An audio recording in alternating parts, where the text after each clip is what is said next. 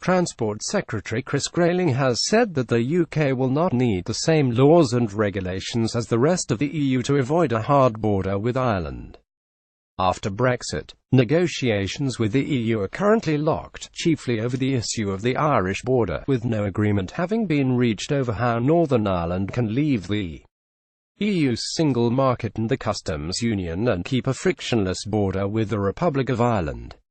Mr. Grayling told the BBC's Today programme, "Plenty of countries have what you call regulatory equivalents, where in one country you have anti-money laundering law and you have another in another country.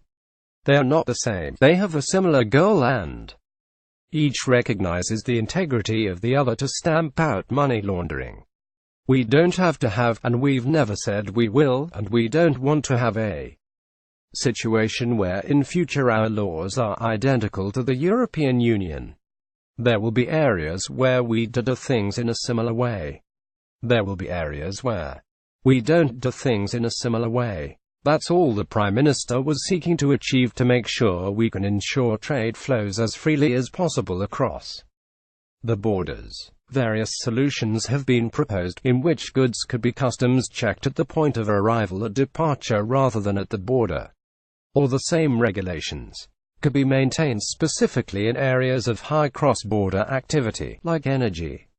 But one such area is food and agriculture, with Irish and Northern Irish milk and beef products regularly crossing the border. The UK hopes to sign new free trade agreements after Brexit, notably with the United States, and food products would almost certainly have to form part of these deals. Chris Grayling has previously indicated that issues with tariffs on imported food after Brexit could be resolved by British farmers growing more.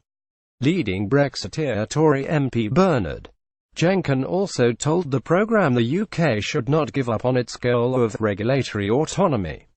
"I don't think we should walk away, but I do think we should take a firm line, as the Prime Minister did earlier this week," he said. "We shouldn't be allowing ourselves to be bullied into promising more and more money, or giving up the goal of regulatory autonomy, or being dragged into a long period of uncertainty without clarity on what we're getting at the end of it." Irish Prime Minister Leo Varadkar indicated that regulatory alignment only need apply to specific areas, in an indication this is the path down which talks are progressing.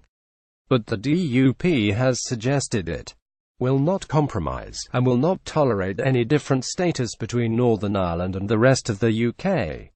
One senior DUP figure is reported to have told The Sun, "This is a battle of who blinks first, and we've cut off our eyelids." More about Chris Grayling Brexit reuse content.